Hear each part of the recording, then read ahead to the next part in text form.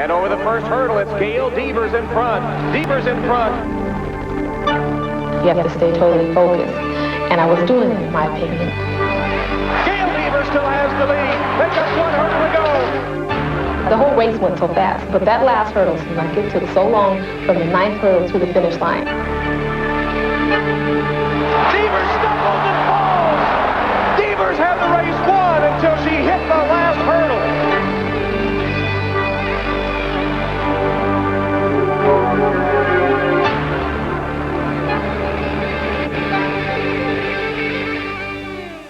I hit the hurdle, and I knew, I started talking to myself, you're going to fall. Don't fall, don't fall. Stay on your feet, stay on your feet. And instead of me getting my foot up, it drug on the ground, and that's what made me just hit. And I just slid across the finish line. And the slide, it just felt like I was sliding forever.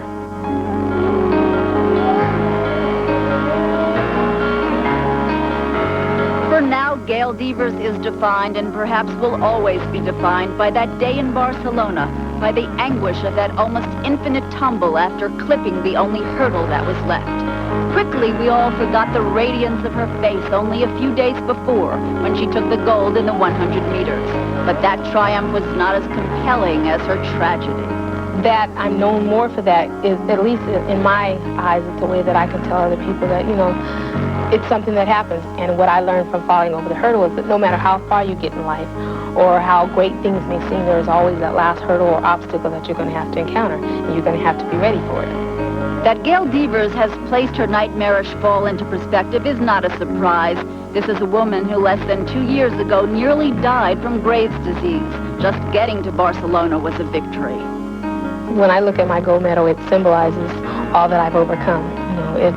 It was a victory for me. It was a victory for the United States. It was a victory for our team and everything. But it was a personal victory for me, for all that I've gone through over the last couple of years and that I've overcome. The events of Barcelona should keep Devers on the track for years to come. She anxiously awaits the day of the 100-meter hurdles at the 1996 Olympics. In 1988, I wanted to be there and I wanted to medal. I didn't make it to the finals. That could have been considered a nightmare, but I came back and I turned it around and tried to make it positive. So in 1992, I made it to the finals and I made it across the finish line. In 5th, but I made it across. And so now I have to go back in 1996. Hopefully that will be my year. Had Devers won gold in the hurdles, she would have become the first woman to win both the 100 hurdles and the 100 meters in 44 years. Since Holland's Fanny Blankers-Koen did it back in 1948 at the London Games. Devers hopes to attempt the double in 96.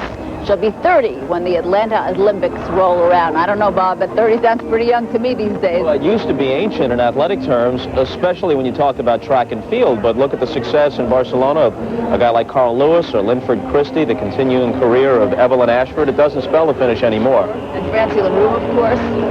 This does, however, spell the finish of this segment. Correct.